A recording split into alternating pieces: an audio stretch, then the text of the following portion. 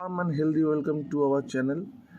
আশা করি সবাই ভালো আছেন, সুস্থ আছেন এবং সবাই গাছ লাগানোর প্রতি বিশ্বাস দেখিয়েছেন এবং গাছ লাগালে যে পৃথিবী সুস্থ হয়ে উঠবে সেটা আপনারাও বুঝতে পেরেছেন এবং গাছ লাগানোর প্রতি উদ্যোগী হয়েছেন এই আশা রাখি। আজকে যে বিষয়টি নিয়ে আলোচনা করব সেই বিষয়টি হলো অপরাজিতা গাছ বা নীলকণ্ঠ গাছ।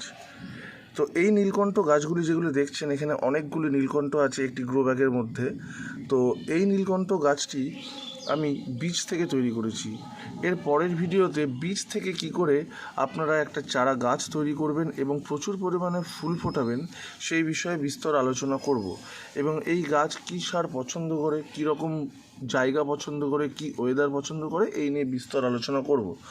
আর যেহেতু এই গাছটি একটি লতানো প্রকৃতির গাছ, কিন্তু এই গাছটিকে দেখুন আমি লতাতে দিইনি, একসাথে অনেকগুলো বীজকে স্থাপন করে আমি চারা গাছ তৈরি করেছি এবং প্রতি মুহূর্তে যখনই ডালগুলো বেড়ে ওঠে সামনে থেকে আমরা প্রুন করে দিই, এই যে এগুলোকে প্রুন করে দিই, তাতে গাছটা কী হয়, বুশিনেস আসে এবং গাছটার মধ্যে একটা ঝাঁকড়া ভাব আসে।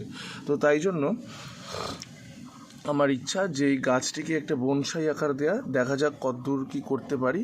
এর পরের ভিডিওতে আপনাদের আবার দেখাবো যে এই গাছটির কী আকার, কী রূপ নিচ্ছে, গাছটিতে কী পরিমাণ ফুল আসছে। Thank you.